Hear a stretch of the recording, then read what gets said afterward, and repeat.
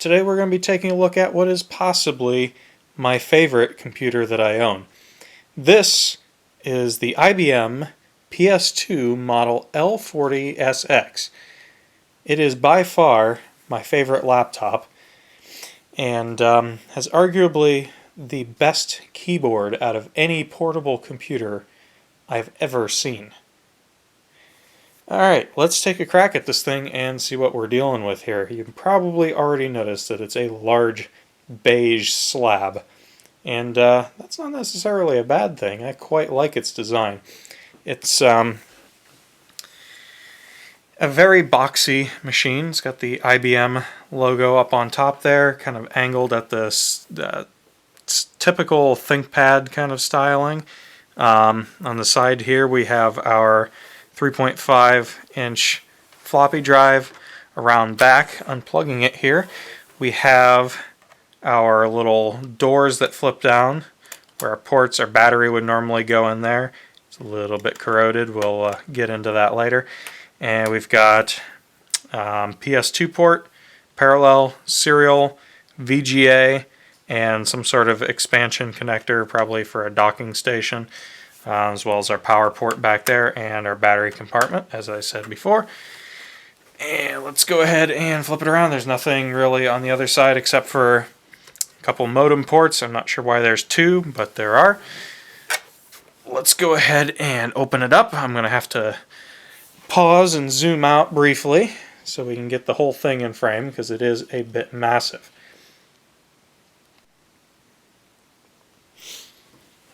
Okay, let's crack this beast open. Yeah, look at that. Now I think it's a relatively stylish machine, but a lot of people would probably argue that it's outdated and quite ugly, which, I mean, to each their own. Let's go ahead and plug it in. I'm just getting used to this new camera here. I've got a Nikon D3400 DSLR that I'm using. I'll hopefully be using it to shoot more of my videos. Let me know what you think of the video quality down in the comment section below, and we can work around it. I have my other little Nikon point and shoot that I usually use as well, but it's starting to act up. Its lens is kind of screwy and the zoom doesn't like to work all that well. Let's make sure we got this in shot. Eee, boy, that's blurry. Yeah, the only thing I don't like about this camera is its autofocus, or lack thereof. I set it to continuous autofocus, but it really doesn't seem to do much of anything. Alright, let's power this thing on. You'll notice it is completely silent because it doesn't have its hard drive in it anymore. This was the original drive. It's a Connor Peripherals 60 megabyte drive, and yeah, if you know anything about these drives, they didn't last at all, basically. They pretty much all died. So, and yeah, this one was no exception to that. It was totally dead.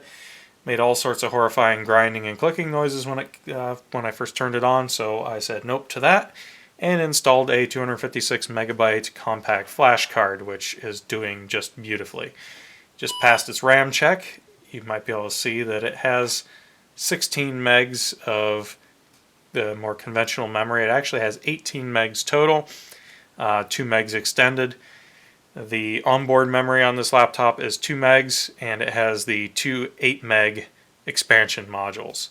So this makes it a very, very rare L40SX, because those RAM expansion modules are basically unobtainium. So it's a good thing that I found the one that had that, because you would not be able to get one or get those RAM expansions really anywhere. Apparently you can mod some standard sims to work, but it's, yeah, I'm happy to have the official ones. This also has the 80387 math coprocessor. Yeah, it's a 386 20 megahertz machine. I've got the math coprocessor installed. Let's go ahead and stick in the definitely not legitimate reference disk here and boot into that. Notice we're in DOS here. I've got a bunch of stuff loaded in here. Actually, fire up the After Dark screensaver. I got the Starfield thing on there, which looks pretty darn cool. But yeah, let's Control-Alt-Delete, and it should boot into our reference diskette. I can show you what that's like. Now, by default, this machine has the colors inverted on the display, but I switched them back. Even though it makes text a little harder to read, graphics look better in games. Now you'll notice this is it's a VGA. I think it's a 640 by 480 monochrome display. I believe somewhere in the range of 256 shades of gray. Yeah, it's not a fantastic screen. It's passive matrix, so it gets weird ghosting. You'll notice between the letters of the IBM, each of these lines, they have some weird kind of ghosting between it. But it's readable enough, and I don't mind it all that much. But yeah, we can go ahead and I think, yes, set configuration, potentially. Somewhere in here there's a thing that can display all of our system specs. So let's try that. Yes, view configuration. Here we go. Total system memory, 18 megs. Usable memory, 17.8. Conventional is 16 megs and expanded is 2.3. We got our standard 1.44 meg floppy disk. Got our serial ports. Hard disk SS is installed. Math coprocessor is installed. So yeah, it's pretty much maxed out as far as these systems can go. Let's see, F3 to exit, F3 to exit again, and F3 to exit, and enter. Now we should be able to take that out and boot back into DOS after it does its RAM check. Okay, we got you zoomed in just a little bit closer to the display here. I'm going to go ahead and launch the original SimCity so we can see what graphics actually look like on this display. SimCity is not too bad to play on here because there's really nothing that moves around too much, so the ghosting isn't as prominent. So let's see, CD games, switch over to our games directory. You'll notice this keyboard sounds almost like a mechanical keyboard, but it isn't quite. It's not quite a normal membrane keyboard, and it's not quite mechanical. It has kind of plunger type keys with a flat double layer. I guess it's a membrane. It's like two thin mylar sheets with contacts on them, and the little plungers push on those. However, the spring type mechanism underneath the keys is like a little rubber tube. It's a very strange, I think it's actually a silicon tube, little kind of rubbery thing that sticks up. And yeah, that provides the actual spring motion, but it feels very satisfying. It doesn't feel like a normal membrane keyboard. It kind of has a pop to each of the keys when you press them. It's very hard to describe. It actually creates an artificial keyboard click when you press each key as well. So it gives you the feeling that it's a mechanical keyboard. And that click comes from the internal speaker of the machine. You can turn that on and off in the reference diskette where we were just a few minutes ago. But I quite like it on there, so it's not even really that noticeable. It's just a very slight clicking noise that it makes, but it helps kind of reinforce that tactility of the keyboard. So let's go ahead, we're going to launch this here, and since we don't have a mouse, we can just navigate around with the arrow keys here, but you'll notice the mouse cursor is, yeah, when it moves, you pretty much can't see it. So space to select.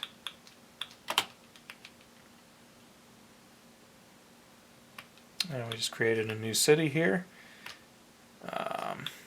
Let's go ahead and load up one of my old ones. That's just what I meant to do.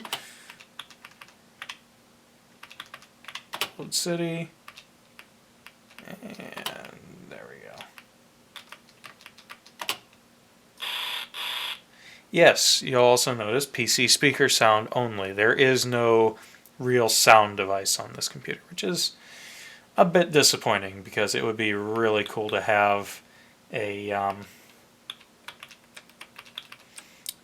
proper like AdLib or Sound Blaster type card in here, but for 1991 and a laptop, what do you expect? You can get like a parallel port type add-on that could give you some basic sound. Yes, this is a cracked version of the game. I do own it, but I don't like to type in the stupid password and look at the reference sheet because I'm lazy. So yeah, you notice when the map scrolls around, whew, that is extremely blurry. It doesn't look terrible when it's just sitting there, but yeah, when the map's moving, it's almost nauseating because it's just, ooh, it just hurts your eyes to look at because it's so fuzzy and blurry looking. But yeah, this was not meant for games at all. This was by far designed to be a business machine, something that people would use for doing work, and that's it, plain and simple. And for that, it's fantastic. We can launch, let's try,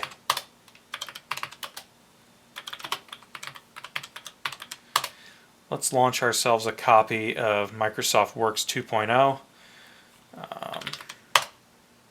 That should be under Works. And I'm not sure what the, I'm going to guess it's probably Works for the name of the program. Yep, that is correct. And there we go. And this looks fantastic, actually. The grayscale screen works really well for text and simple graphics that are static. So we can go in here and create a new word processing document here and type away to our heart's content. And it works just great. So if we do Alt-F, we can bring that up. You actually you don't need a mouse for this. I wish I did have the original mouse that came with this machine because they are very unique. They're actually a convertible trackball mouse type combo unit. They're very strange. The roller ball and the mouse, you could flip it upside down and expand it out and it'd become like a trackball. It's a very, very weird design. Yeah, I wish I had one to show you, but maybe in the future I'll find one. But for now, this is a fine setup without a mouse. So, do not save changes. But yeah, all right. Yeah, it's really a nice little machine. I want to be able to do more with this. I really wish I had a working battery for it. At this time, I don't. I'm really, really tempted to build a new battery pack for it from scratch. The original battery I do have, but it has basically split in half because it has swelled up so bad from the cells leaking, and it has turned into a big, massive blue corrosion. So, yeah, that I really can't salvage. I want to make this powered off of lithium-ion cells. I know I can do it because the voltages are very, very similar. This technically could charge a lithium-ion pack as well. I believe the charging output on here is somewhere around 14 volts or so, and the original cells were NiCad cells. It was like a 9-cell pack or something like that, which should equate roughly to a 3-cell lithium pack. If I put in protection, like battery protection and a battery management board in there, it should be able to charge it okay. It may not fully charge the pack each time, but it would charge it enough to operate, and for a good amount of time. I'm thinking I would use 18650 cells, and if I get the 3400 milliamp hour cells, that should be roughly triple the capacity of the original pack, so it ought to run for somewhere around 7 to 8 hours off of that. This thing doesn't draw that much power, so that'll be interesting to see if I can do in the future. I have run it off of a bench power supply, at the same voltage that the lithium packs put out through the battery terminals. So I know it can run off of those battery packs, and I know the voltage that it cuts out at, starts giving you battery warnings at, is about the 75% discharge of a lithium ion pack. So it's really just about perfect to be converted over to those. But yeah, there's a lot to go, or a lot to look forward to in the future with this machine. I'm just excited to have one of these in my collection, and yeah, ever since I saw one of these, saw Dave Jones on the EEV blog review this machine and disassemble it, I just had to have one because of the keyboard. I can't convey how amazing this keyboard feels. It's just a fantastic keyboard, and it feels just wonderful to type on. I plan to use this machine for doing some basic writing and stuff, mainly because I want to start scripting these videos. So I'm thinking of using this laptop to actually write the scripts for the videos. I think that would be pretty cool to do. So stay tuned for that in the future, and look forward to the upgrades coming to this guy. And yeah, until next time, have a good one, guys.